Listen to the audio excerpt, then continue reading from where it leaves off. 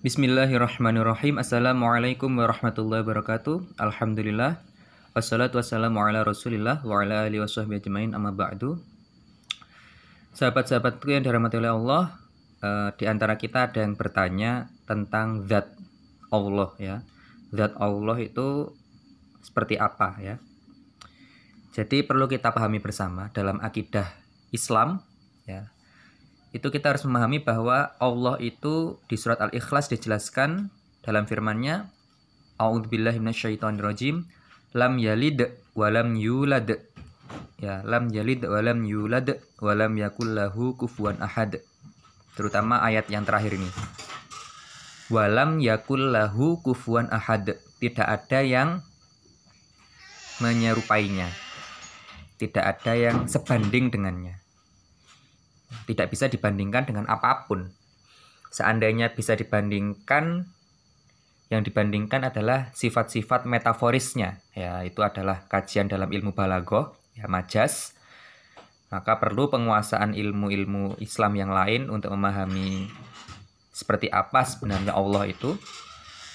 Namun yang perlu kita pahami secara sederhana bahwa Allah itu tidak akan terjangkau oleh apapun. Ya, apapun yang ada dalam pikiran kita, ya itu adalah pikiran kita, itu bukan Allah. Ya, Allah lebih dari itu. Allah menguasai pikiran kita, tapi kita tidak akan bisa menjangkau Allah. Jadi seperti itu. Jadi zat itu tidak akan bisa dijangkau. Kenapa? Karena zat itu adalah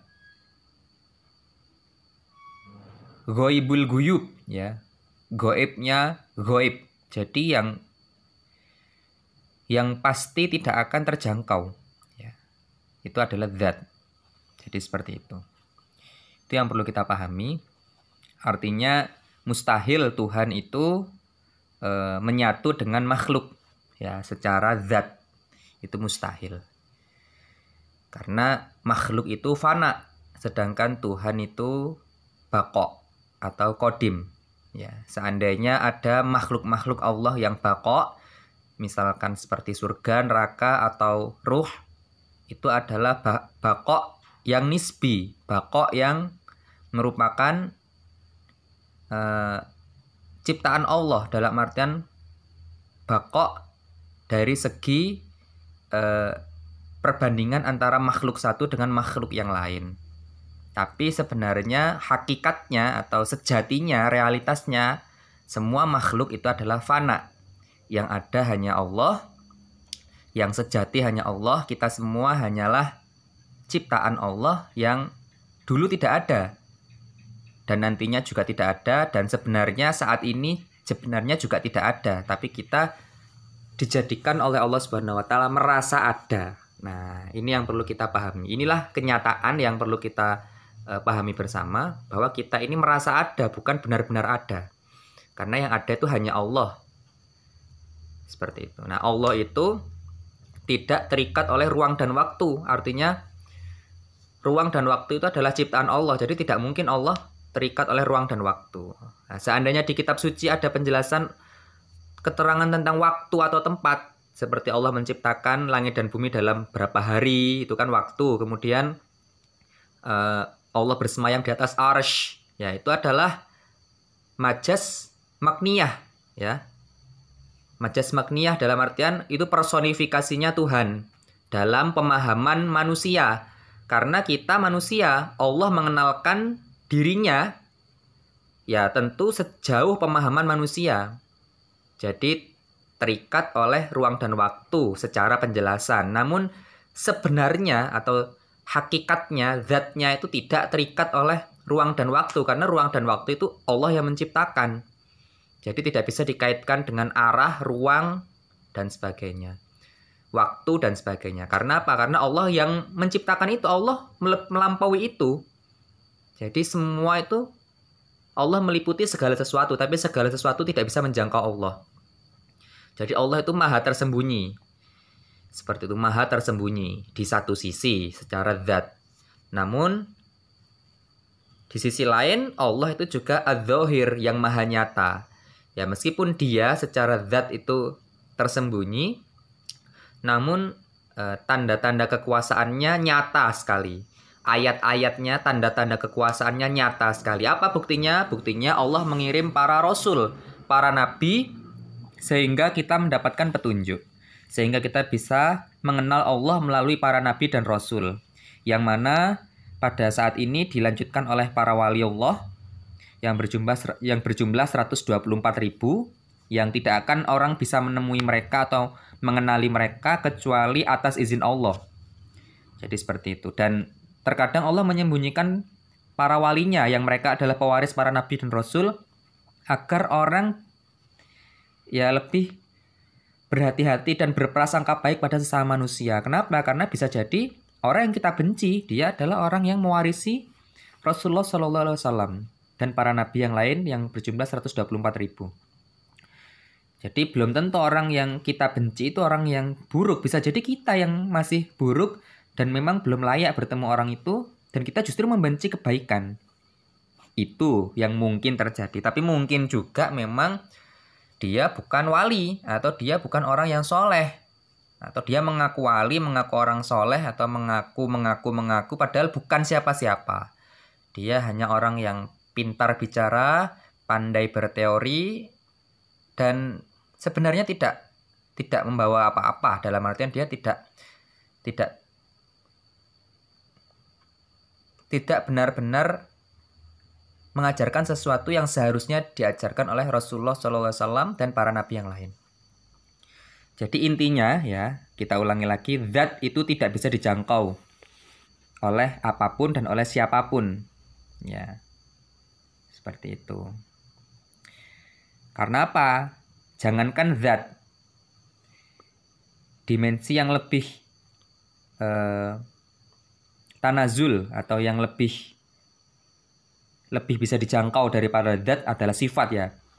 Sifat-sifat Allah saja, seandainya kita tenggelam dalam sifat jamal atau keindahannya Allah ya, itu ibaratnya seperti para wanita di zaman Nabi Yusuf alaihissalam ya. Mereka melihat ketampanan Nabi Yusuf alaihissalam itu saja bisa mengiris jari mereka. Lalu bagaimana mereka jika melihat keindahan surga? Bagaimana jika mereka melihat keindahan Rasulullah SAW? Bagaimana dia melihat keindahan Allah? Tidak bisa dijangkau oleh nalar, tidak bisa dijangkau oleh pikiran, karena dia pasti akan bunuh diri dan dia tidak merasakan apa-apa seandainya hijab keindahan Allah itu Allah tampakkan. Itulah kenapa kita harus bersyukur kita terhijab dari dahsyatnya keindahan Allah. Karena kalau kita ditampakkan keindahan Allah, kita pasti akan menjadi orang yang ya katanya majdzub atau istilahnya gila ya, jadi wali majdzub. Gila karena tenggelam dalam keindahan Allah. Jadi seperti itu. Itu keindahan Allah. Kalau dari segi al-jalal, keagungan Allah, kewibawaan Allah, keperkasaan Allah ya, yang membuat hamba-hambanya takut. Ya. Bagaimana takutnya seseorang itu kalau dia ditampakkan jalalnya Allah, keagungannya Allah, kekuasaannya Allah, keperkasaannya Allah yang maha perkasa. Jangankan dengan Allah, kita dengan laut saja kalah. Laut menghempas kita habis. Ini kita melawan laut saja kalah. Bagaimana kita melawan yang lebih tinggi dari itu? Misalkan para malaikat atau malaikat Jibril alaihissalam yang sayapnya saja ratusan dan satu sayapnya saja seluas langit dan bumi. Bagaimana kita bisa membayangkan kekuasaan atau keperkasaannya malaikat? Itu baru malaikat. Ya, sedangkan Nabi Muhammad SAW itu Sayyidul Anbiya wal Mursalin. Ya. Yang mana sebenarnya rohaninya Rasulullah SAW itu melampaui seluruh malaikat. Ya, ruhaninya Nabi Muhammad SAW itu melampaui seluruh malaikat. Itu yang harus kita pahami. Nah, ini adalah yang kami dapat dari guru-guru kami dan para sufi. Jadi seperti itu. Perlu Dan penting kita mengenal Allah itu seperti apa agar kita tidak mudah mengaku-ngaku kita itu Allah. Ya, ada orang yang baru belajar ilmu tasawuf mengaku Tuhan, merasa dirinya Tuhan. Apa bedanya dengan Fir'aun? Apa bedanya dengan Fir'aun? Bahaya sekali jika seseorang baru belajar ilmu ini kemudian dia tenggelam atau fana dalam keesaan Allah, kemudian dia mengaku dirinya Tuhan, merasa dirinya Tuhan. Bahaya. Ya. Berarti dia dalam keadaan jazbah atau dia tergolong orang-orang yang majdzub. Ya, orang-orang yang majdzub itu belum layak dijadikan tokoh atau belum layak dijadikan teladan. Karena seseorang yang masih dalam keadaan majdzub dan jadbahnya itu sangat kuat, seakan-akan dirinya lenyap dan seakan-akan dia menjadi Allah, ya maka kita menjadi bingung. Allah itu yang bicara dengan kita ini atau yang menciptakan pembicaraan ini? Itu harus kita bedakan. Jangan sampai kita melihat tajalli atau penampakannya Allah, ya kita merasa itu Allah. Padahal Allah itu yang menciptakan tajalli itu, yang menciptakan penampakan itu. Ya. Nah, seperti ini. Ini mungkin ada yang paham, ada yang belum paham. Tapi ini penting kita sampaikan. Ya, bagi yang belum paham, mari kita perbanyak sholawat. Kita perbaiki niat kita benar-benar mencari Allah. Jangan mencari selain Allah. Apapun itu. Apapun itu yang selain Allah, maka kita abaikan. Padahal sebenarnya tidak ada sesuatu yang terlepas dari Allah. Allah menyertai segala sesuatu. Allah bersama kita, tapi kita tidak bersama Allah. Saya ulangi lagi, Allah bersama kita, tapi kita tidak bersama Allah. Beda, ya. Allah maha dekat, tapi kita jauh. Kita tidak mungkin bisa menjangkau Allah. Allah yang selalu menjangkau kita, kita tidak pernah menjangkau Allah. Jadi seperti itu. Tidak perlu jauh-jauh untuk memahami zat Allah ini. Intinya zat Allah itu adalah di surat Al-Ikhlas, ya. Walam yakullahu kufuwan ahad. Tidak ada yang sebanding dengan Allah. Tidak ada yang bisa dibandingkan dengan Allah secara hakikat. Tapi jika kita ingin mengenalkan secara majas atau perumpamaan, seperti misalkan Rasulullah SAW menjelaskan ketika ada seorang wanita yang menggendong anaknya, ditanyakan pada para sahabat, apakah mungkin wanita itu akan melemparkan anaknya ke dalam api? Ya, apakah mungkin tega? Ya. Para sahabat menjawab, tidak mungkin tega. Ya, itulah Allah itu maha penyayang. Tidak mungkin tega melemparkan hambanya ke neraka. Karena Allah maha penyayang. Nah, kok kemudian ada orang masuk neraka, dia nyemplung-nyemplung sendiri kok. Ya, dia nyemplung-nyemplung sendiri kok. Secara hakikat ada yang mengatakan, yaitu yang nyemplungkan Allah juga. Ya, Allah juga.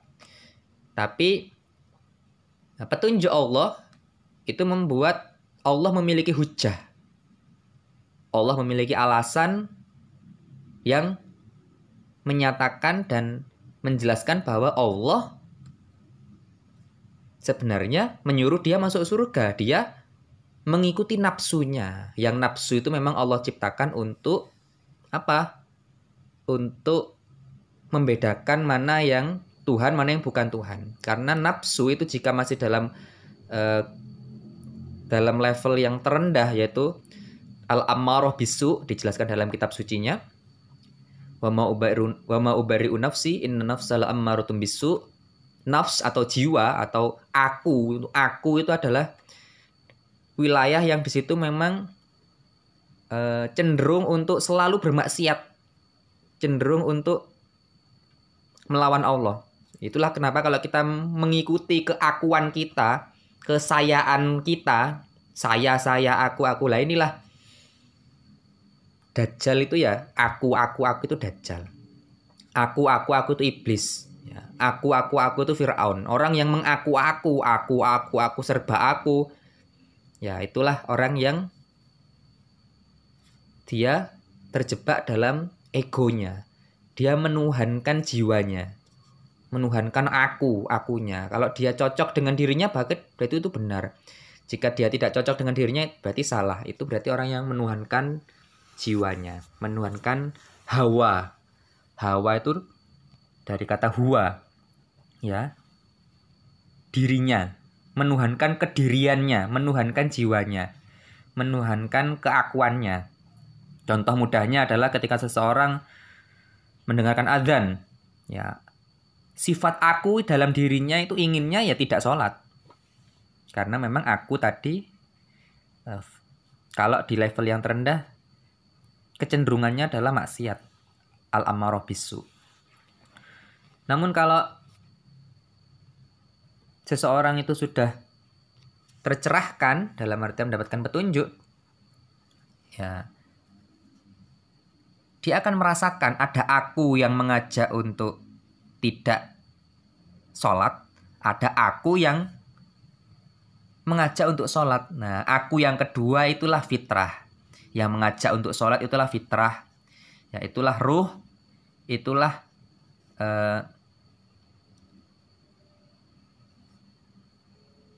tempat di mana kita bisa melihat dan mengira-ngira apa yang Allah inginkan dari kita. Ya, bukan itu Tuhan atau bukan itu suara Tuhan, bukan. Itu adalah makhluk, tetap itu adalah makhluk. Karena tidak bisa kita menjangkau al-haq, kebenaran sejati. Ibaratnya kita itu setetes air yang ingin mendekati matahari. Kira-kira apakah ada setetes air itu? Pasti kan lenyap, yang ada hanya matahari. Itu ibaratnya seperti itu. Tapi matahari ini juga makhluk. Setetes air juga makhluk. Ini hanya perumpamaan saja. Setetes air mendekati cahaya matahari saja lenyap. Kalah. Begitupun juga ego. Kalau dia terus dibiasakan untuk ibadah, untuk taat, ya dia akan kembali pada Allah. Sehingga kehendaknya menjadi kehendak Allah. Dalam artian Allah berkehendak untuk dia sholat, dia juga ingin sholat, sama kehendaknya. Allah menyuruh dia puasa, dia ingin puasa. Allah menyuruh dia untuk menyayangi makhluk-makhluknya, dia ingin menyayangi makhluk-makhluknya. Allah ingin keadilan ditegakkan, dia juga ingin keadilan ditegakkan. Berarti sama, artinya satu frekuensi. Ya, ketika Allah sudah satu frekuensi, maka itulah yang dikatakan lisanku adalah lisannya. Tanganku adalah tangannya, kakiku adalah kakinya. Seakan-akan ya tidak bisa dibedakan mana makhluk, mana Tuhan. Karena dia seakan-akan menjadi Tuhan. Seakan-akan melalui sifat-sifat Allah yang maha penyayang, adil, ya, dan sebagainya. Tapi tetap dia hanyalah tajalli, penampakan Tuhan, bukan Tuhan. Saya ulangi lagi, bukan Tuhan. Ya. Tuhan tetap sesuatu atau zat atau puncak kesadaran yang tidak bisa dijangkau oleh siapapun. Artinya sejauh apapun perjalanan spiritual kita, yaitu kita tetap manusia, kita tetap makhluk, dan tidak pernah kita menjadi Tuhan. Kalau seakan-akan menjadi Tuhan mungkin, seakan-akan menjadi, tapi bukan menjadi Tuhan. Tidak ada orang yang menjadi Tuhan. Apalagi kalau dia mengaku Tuhan dan yang dia maksud Tuhan adalah yang dirinya yang kecil ini, tidak menunjuk pada zat Allah, ya maka dia akan terjerumus pada Fir'aun. Hati-hati, maka kalau ada orang mengatakan aku Allah atau aku Tuhan, ya itu bisa jadi dia adalah Fir'aun, dalam artian seperti Fir'aun, seperti iblis, seperti Dajjal, atau dia sedang majdzub, sedang dalam artian Allah tarik sehingga yang bicara itu bukan dirinya, tapi Allah berbicara melalui lisannya. Ya, jadi Allah berbicara melalui lisannya. Seperti orang yang membaca kitab suci. Ya.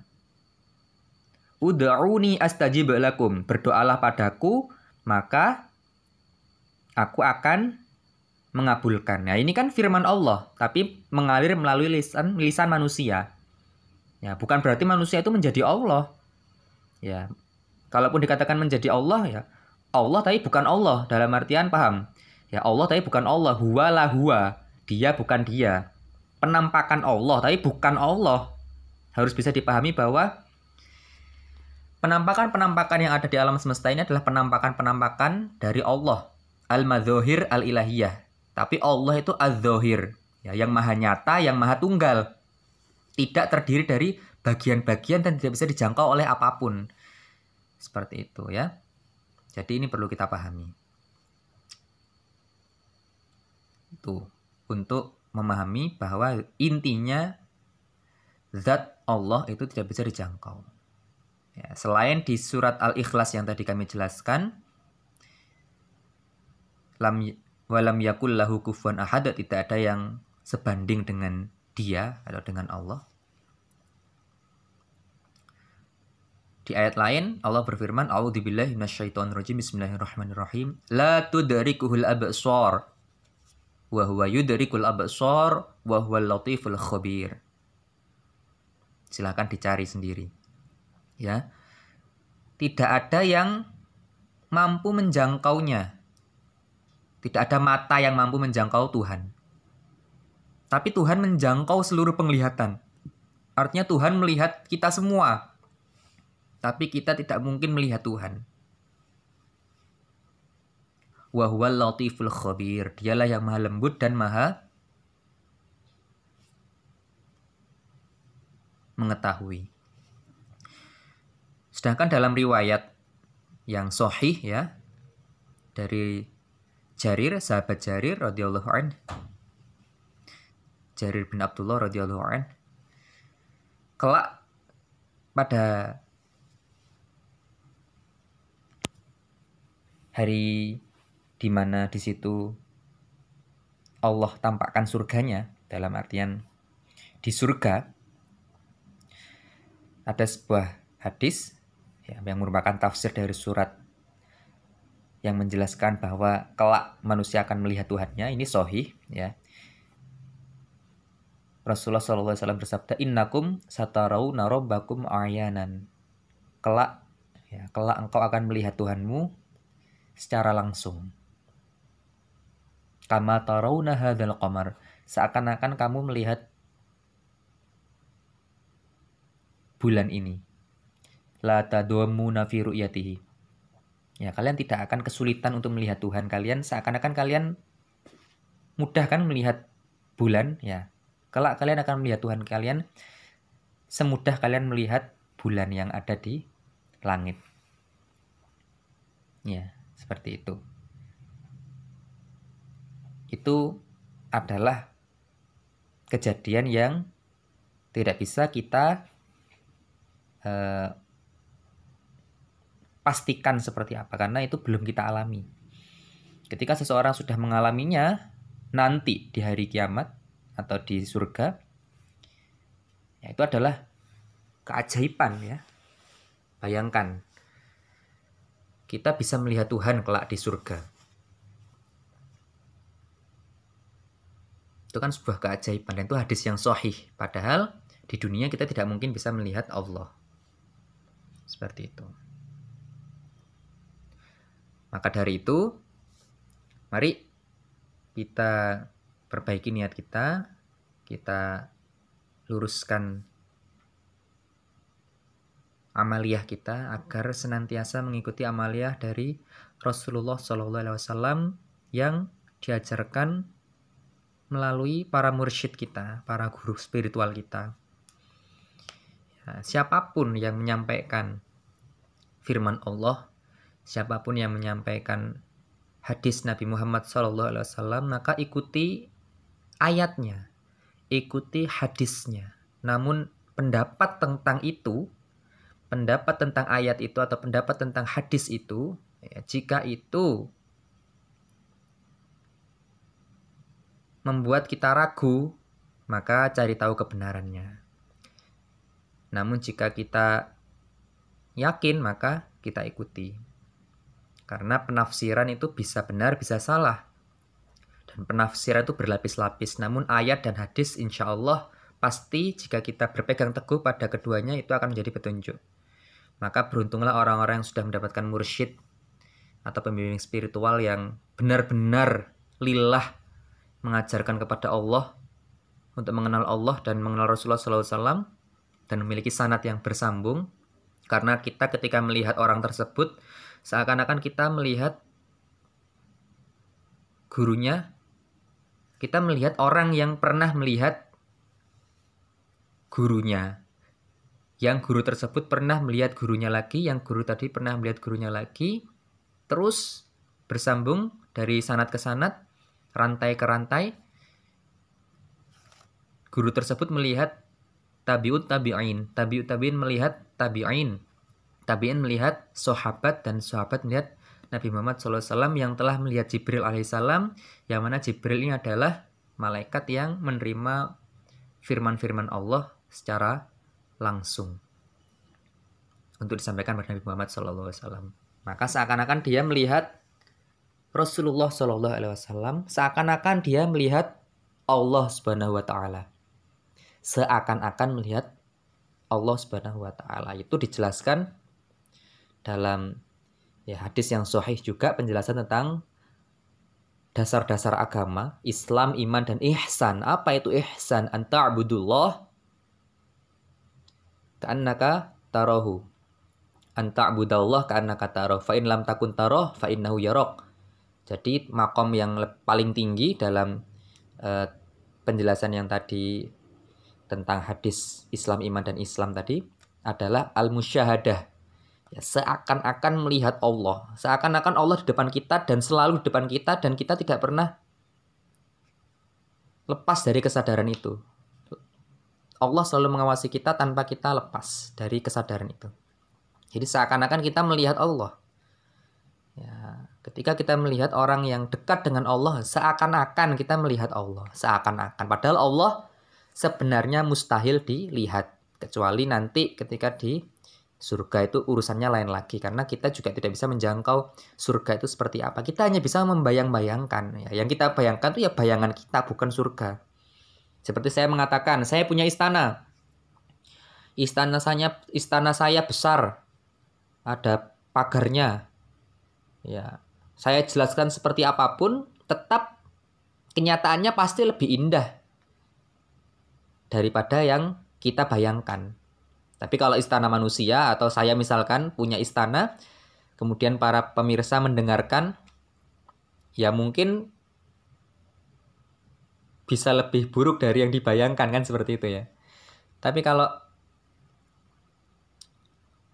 surga itu ya, kalau saya secara iman ya yakin pasti lebih dari itu, lebih dari yang kita bayangkan. Jadi seperti itu. Itu surga. Bagaimana yang menciptakan surga? Bagaimana indahnya ketika nanti kita melihat Allah Subhanahu wa Ta'ala sebagaimana yang dijanjikan oleh Rasulullah SAW bagi orang-orang yang benar-benar beriman dan menjalankan ajaran Islam ini. Itulah yang dinamakan musyahadah. Jadi seseorang itu seakan-akan melihat Allah. Tapi tetap ya, rumusnya zat itu tidak bisa dijangkau. Apapun yang ada di pikiran kita, ya itu adalah pikiran kita, itu adalah makhluk. Itu adalah yang ada di pikiran kita, berarti makhluk. Apa yang ada di khayalan kita atau apa yang kita lihat, ya itu adalah makhluk. Karena mata kita adalah makhluk. Mata melihat, yang dilihat pasti adalah makhluk juga. Ya, artinya puncak dari yang bisa kita lihat itu adalah hijab. Apa itu hijab? Ya, hijab Allah itu adalah cahaya. Dan hijab Allah yang paling agung itu adalah Rasulullah SAW. Jadi puncak seseorang bisa mengenal Allah itu adalah mengenal Rasulullah SAW. Tidak ada orang yang mengenal Allah kemudian dia lepas dari Rasulullah SAW. Tidak ada orang yang mengenal Rasulullah SAW, benar-benar mengenal, kemudian dia lupa pada Allah. Karena Allah dan Rasulullah SAW itu satu baris, satu frekuensi. La ilaha illallah Muhammadur Rasulullah. La ilaha illallah itu dalam dimensi tajalli, Muhammadur Rasulullah dalam dimensi tahalli. Nah, takholinya adalah kita mensucikan diri untuk memahami hakikat zat Allah yang tidak bisa dijangkau tadi, dan hakikat Nabi Muhammad SAW yang juga tidak bisa kita jangkau, karena Rasulullah SAW itu tidak bisa dijangkau oleh siapapun, malaikat manapun, dan orang manapun. Saya ulangi lagi, Rasulullah SAW itu tidak bisa dijangkau oleh siapapun, dan tidak ada yang mengenal beliau dengan benar-benar mengenali beliau. Karena seandainya seseorang itu benar-benar mengenali beliau secara zahir dan batin, ya, maka itulah yang disebut dengan al-ghaus. Al-ghaus itu adalah seorang di zamannya yang paling mengenal Rasulullah SAW, dan semua tindak tanduknya, ucapannya, akhlaknya, ibadahnya itu persis sama dengan Rasulullah SAW. Itu ada satu orang di setiap zaman. Dan ketika dia meninggal, maka akan ada penggantinya. Itulah pewaris Nabi Muhammad SAW. Ya, jadi rohani itu saling mewarisi satu sama lain. Ya. Sahabat Abu Bakar misalnya, itu adalah mewarisi rohaninya Nabi Ibrahim alaihissalam. Sahabat Umar itu mewarisi rohaninya Nabi Musa alaihissalam. Sahabat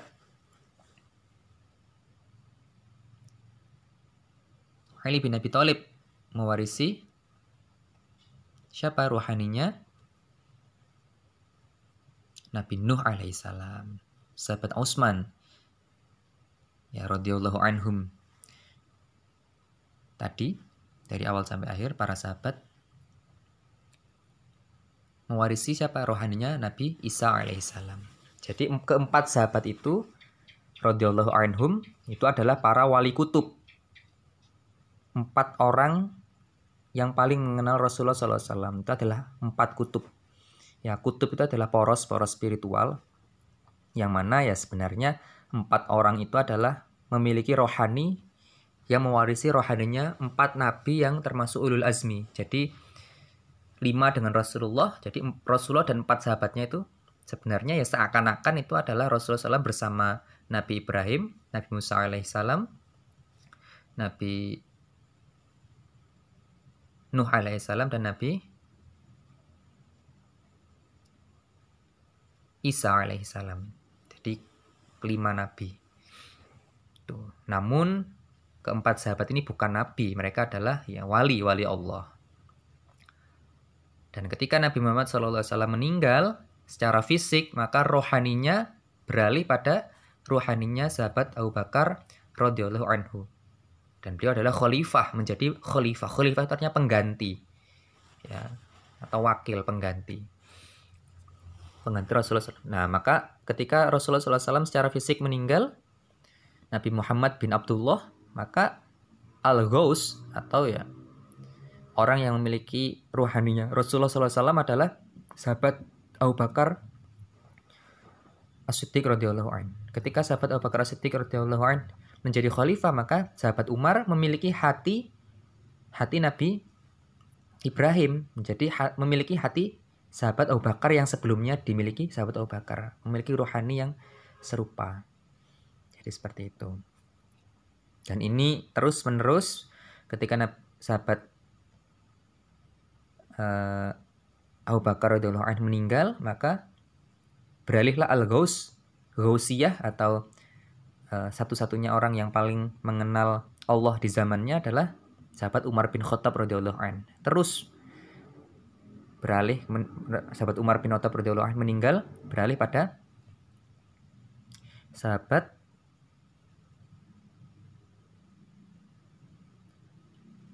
Ali bin Abi Thalib radhiyallahu anhu meninggal, kemudian beralih pada sahabat Utsman bin Affan radhiyallahu anhu. Jadi seperti itu, ya. Dan itu terus menerus, ya, terus menerus sampai pada sahabat Hasan bin Ali bin Abi Thalib radhiyallahu anhu, dan itulah akhir dari Ghaus yang merangkap sebagai pemimpin yang zahir. Sedangkan pemimpin secara batiniah itu terus dilanjutkan sampai host berikutnya, dan host berikutnya. Nah, itulah para pendiri tarekat, para pendiri thoriqah atau mursyid, ya muassis seperti Syekh Al-Abdul Qadir Al-Jailani, kemudian Al-Imam Abu Hasan Asyadili, kemudian mursyid-mursyid tarekat yang ya menciptakan tarekat sendiri, maka mereka adalah sebenarnya orang-orang yang memiliki maqam al-ghaus di zamannya. Ya. Seperti itu. Dan mereka adalah orang-orang yang paling mengenal Rasulullah SAW di zamannya, atau seakan-akan mereka lah, atau di zamannya hanya satu orang itu yang seakan-akan dia adalah Rasulullah SAW. Nah, seperti itu. Maka beruntung sekali seseorang yang bertemu dengan para wali Allah, ya. Meskipun para wali Allah juga kadang-kadang tidak saling mengenal, karena sulit sekali mengenali para wali Allah. Tidak semudah kita mengenali Allah, ya. Maka dari itu kita perlu mengenal Allah, karena mengenali Allah itu lebih mudah daripada mengenal para wali Allah. Bahkan mencari mursyid itu lebih sulit daripada mencari Allah, karena Allah maha dekat, Allah dekat dengan kita. Tapi mursyid itu ternyata tidak semudah yang kita bayangkan. Untuk mencarinya kita butuh ketulusan untuk benar-benar mencari Allah. Karena kalau tidak tulus benar-benar mencari Allah dan menuju Allah, fokus pada Allah, maka meskipun kita punya mursyid pun itu tidak akan mempengaruhi apa-apa, karena tetap kembali pada kita. Apakah kita ingin menerima cahaya petunjuk dari Allah, atau kita sudah merasa puas, sudah memiliki tarekat, puas, sudah punya guru, puas, sudah banyak ibadahnya, puas, sudah merasa banyak mendapatkan inspirasi, puas, sudah menulis banyak buku, puas, sudah punya banyak jamaah, puas. Kita puas menurut kriteria kita sendiri. Apakah benar Allah puas dalam artian ridho pada kita? Apakah benar Rasulullah SAW itu benar-benar puas melihat kinerja kita, aksi kita, kiprah kita kepada keluarga, kepada masyarakat? Apakah benar-benar puas Allah dan Rasulullah SAW? Akhlak kita pada sesama, apakah benar-benar puas Allah dan Rasulullah SAW? Itu kita harus sama-sama introspeksi, ya. Itulah kenapa saya berbagi video ini, agar ada yang mengingatkan saya jika saya salah, karena saya hanyalah manusia biasa yang bisa benar, bisa salah, ya. Oleh karena itu penting bagi kita sesama umat muslim untuk saling berbagi, saling mengingatkan. Jangan mudah mengaku Tuhan, merasa diri adalah Tuhan, atau merasa sudah di puncak pencapaian spiritual. Hati-hati.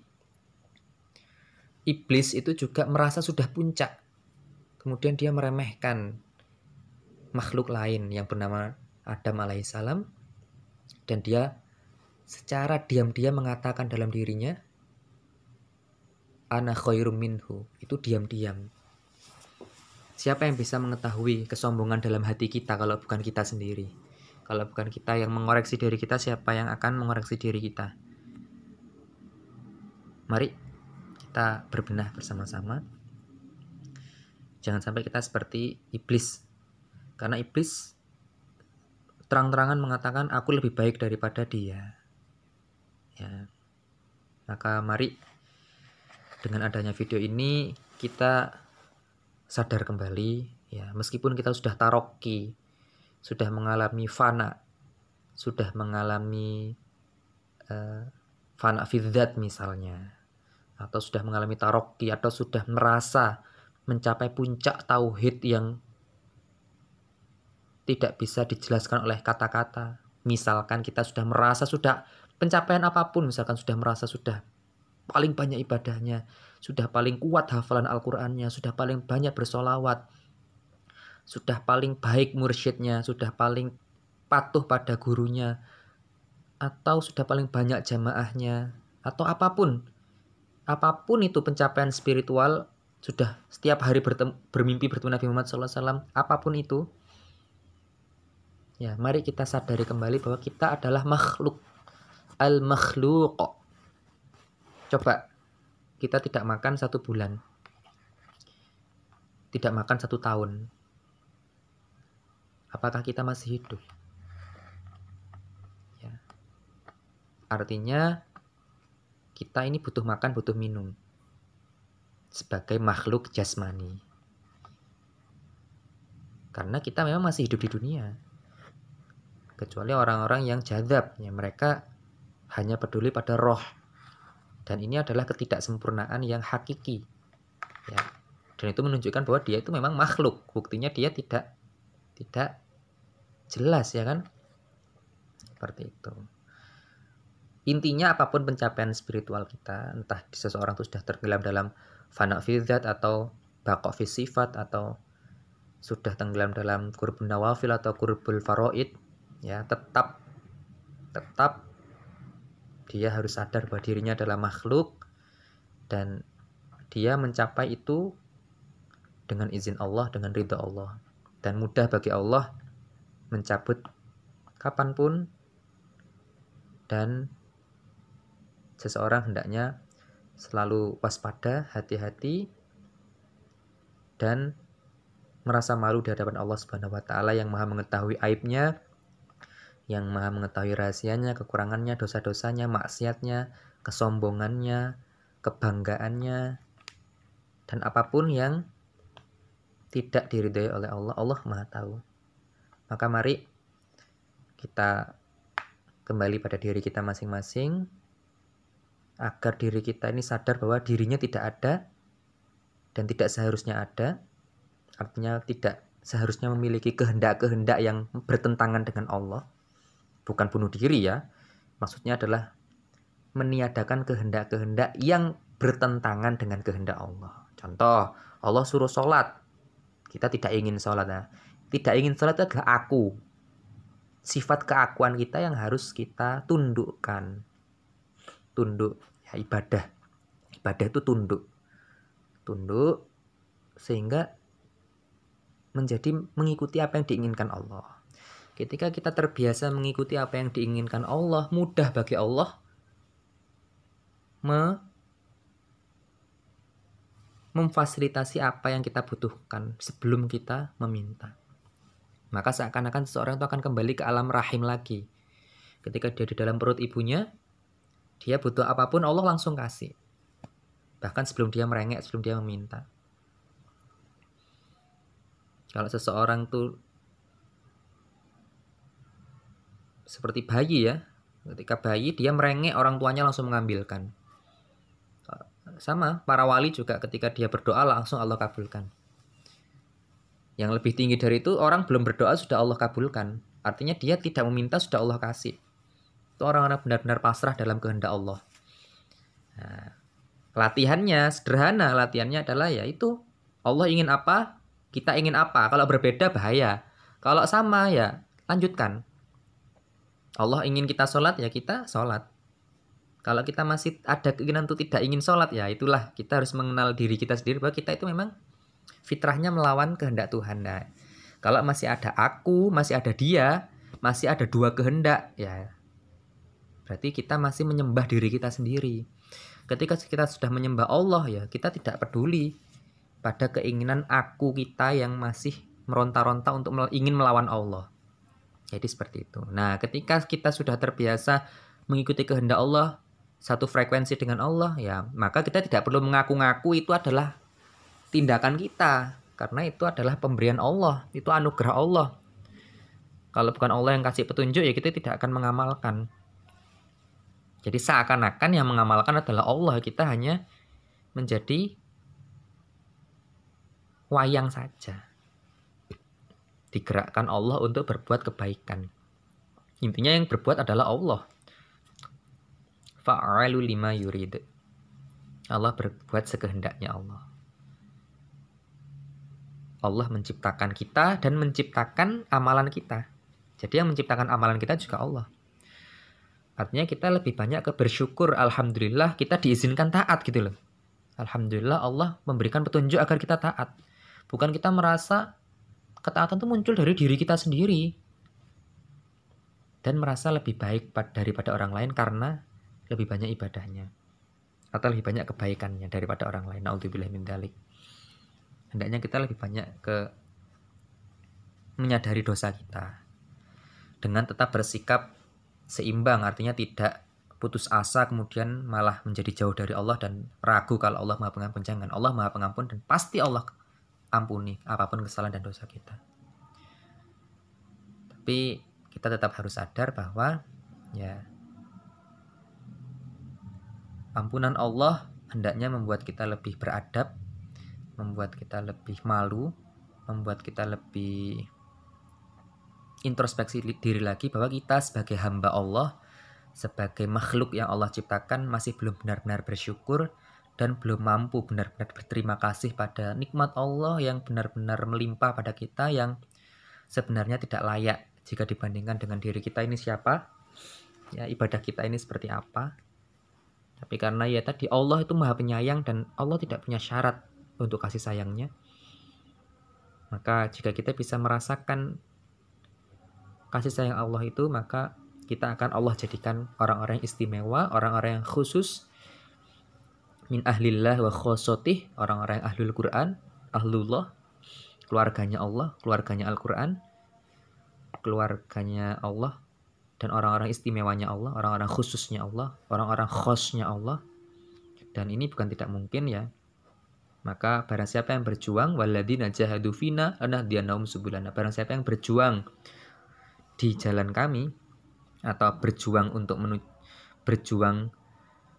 menuju kami, akan kami berikan petunjuk untuk melewati jalan-jalan kami. Jadi seperti itu.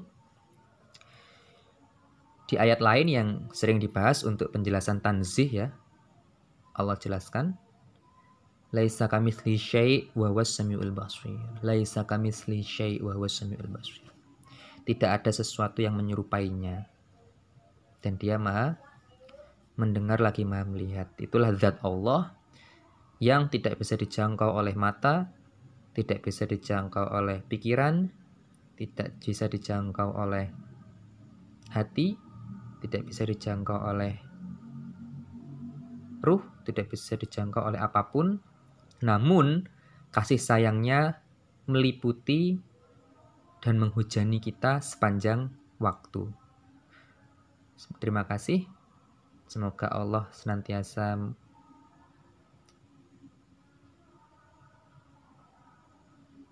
menghujani kita dengan kasih sayangnya, dan semoga Allah senantiasa melindungi kita, karena Allah Maha melindungi. Bukan amalan kita yang melindungi kita, bukan ibadah kita yang membuat kita masuk surga, tapi Allah lah yang Maha pelindung, Allah lah yang Maha penyayang. Terima kasih. Semoga Allah memberikan kita petunjuk dan senantiasa mengingatkan kita sebelum kita berbuat kesalahan apapun, menjaga kita dan meridhoi kita semua. Amin ya rabbal alamin.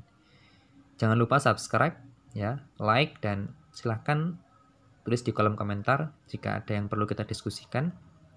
Tidak perlu berdebat, bicara dengan sopan, bicara dengan baik. Semoga kalian menjadi wali-wali Allah, dan semoga Allah jaga kewalian kita. Semoga Allah jaga rahasia kewalian kita, karena seseorang jika sudah terkenal sebagai wali, jika kemudian dia lalai, maka Allah akan mencabut kewaliannya dan dia tidak merasa, dan dia kagum dengan pujian-pujian orang pada dirinya, padahal dirinya sudah dicabut kewaliannya oleh Allah. Na'udzubillahi min dzalik. Semoga Allah menjaga kita. Semoga Allah menjadikan kita sadar bahwa kita bukan siapa-siapa ya, bukan nabi, bukan rasul, bukan wali.